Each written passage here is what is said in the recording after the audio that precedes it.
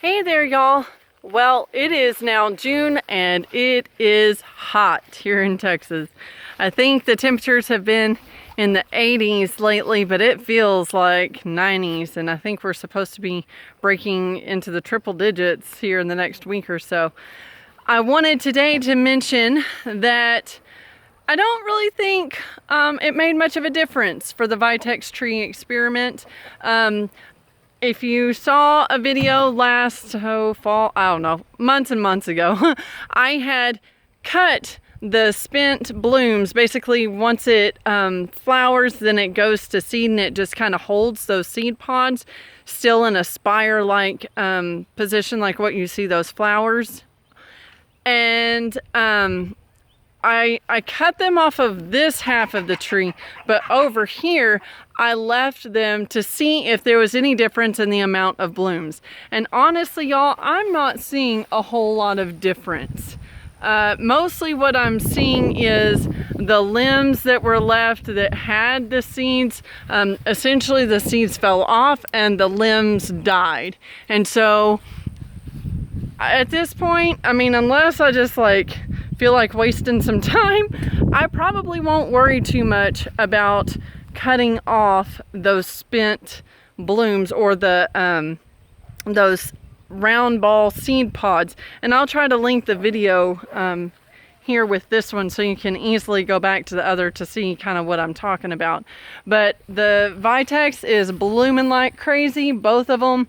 The butterflies, the honeybees, and the bumblebees, and even dragonflies are just literally a buzz on this thing. This one and the one over here in the front. Now the one here in the front is smaller than the one in the backyard because our dogs in the past couple of years have pruned it, shall we say. So this one, it's still huge, but it's not as big as the one in the back. And if you can see right there, there's a bumblebee enjoying some of those flowers.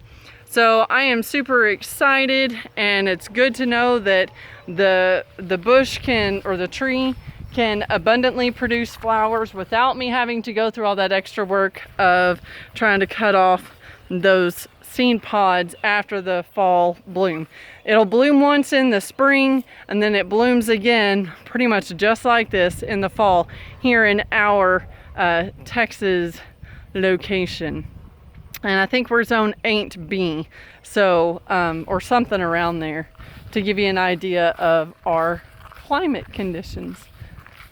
So yeah, I'm debating whether we want to get a few more Vitex trees, because now that we have honeybees again, well, I say again, I had them like 15 years ago at my parents' place, but now we have them here at Kooker. So because the honeybees find this such a great nectar source, and because it produces an abundance of flowers twice a year, this is definitely something that we want to help feed our bees, so we might get some more. I've tried taking cuttings and using the water method, but I have never had any of them root doing it that way, so I haven't had luck.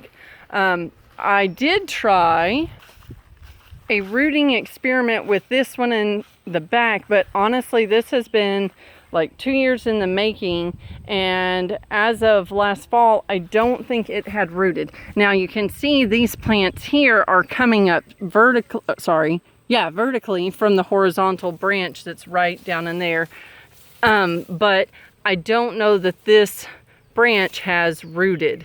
I put some dirt and some heavy items on top of it to keep it weighed down, but probably this fall I'll check and see if it sent off a root. Who knows, maybe I'll get adventurous and look soon, but I don't want to do anything to mess up any of the bloom, because I want my bees to have it. All right, y'all, have a blessed day, and I think I'm just gonna sit here for a couple of minutes and listen to all the buzzing around this Vitex tree, also called a chaste tree. So maybe you've heard it that way. God bless. See y'all next time here at Kooker.